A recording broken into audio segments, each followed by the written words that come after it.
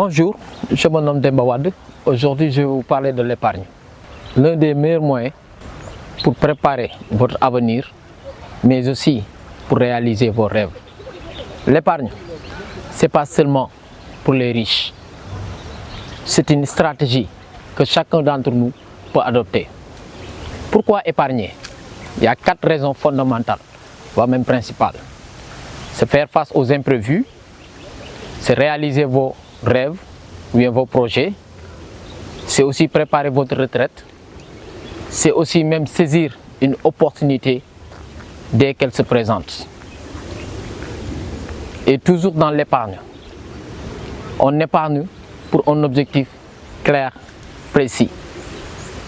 Et l'objectif doit être SMART, c'est-à-dire spécifique, mesurable, atteignable, réaliste, mais aussi dans le temps. Et toujours aussi par rapport à l'épargne, il y a des objectifs pour lesquels on peut passer à l'épargne. Ça peut être un objectif à court terme, ça peut être un objectif moyen terme, ça peut être aussi un objectif à long terme. Ça peut être aussi un objectif à long terme, c'est-à-dire si vous avez l'ambition vraiment d'acheter une villa, bien une voiture, bien de construire un immeuble. Ça aussi, c'est des objectifs par lesquels on devrait vraiment s'y atteler. Il y a aussi par rapport à l'épargne, n'oublions pas qu'il y a des services financiers ou bien les services dédiés à l'épargne. Et parmi les services dédiés à l'épargne, il y a des services formels comme aussi il y a des services informels. Parmi les services formels, on peut avoir les banques, les microfinances, et les services informels, on pense automatiquement aux tontines que nos braves mamans sont en train vraiment de mener dans leur quartier.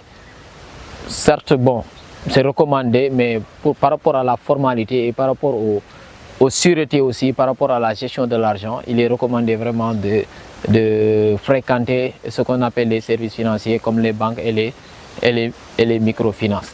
Mais n'oublions pas qu'aussi par rapport à l'épargne, il y a des limites par rapport aux revenus limités, par rapport aussi aux dépenses imprévues, mais surtout par rapport aussi à l'éducation financière, c'est-à-dire avoir le contrôle même de l'argent.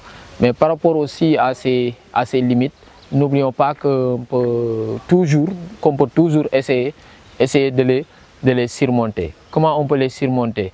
En apprenant, en appliquant, mais aussi en partageant nos connaissances.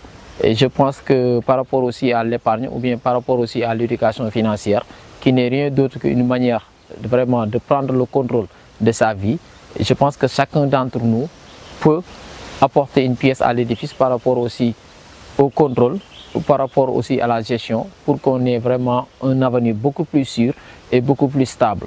Et je pense que aussi parmi les défis, par rapport à l'épargne aussi, il est bon à un moment donné de réduire les dépenses, mais aussi d'effectuer, d'épargner au moins 10% et aussi de façon régulière. Ça nous permettrait vraiment de gagner beaucoup plus d'argent. Et par rapport aussi aux activités annexes, c'est-à-dire on est occupé quelque part et rien ne nous empêche vraiment d'en trouver d'autres activités génératrices de revenus. Et cela nous permettrait vraiment de gagner plus. Et si on gagne plus, ça nous permettrait vraiment d'épargner plus. Par rapport aux règles d'or, il y a aussi ce qu'on appelle les fonds de secours.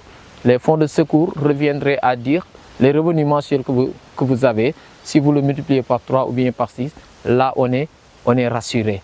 Et cela nous permettrait vraiment d'être un bouclier face aux urgences. Et cela nous permettrait vraiment d'être vraiment à l'aise pour qu'on puisse vraiment embrasser d'autres activités génératrices de revenus.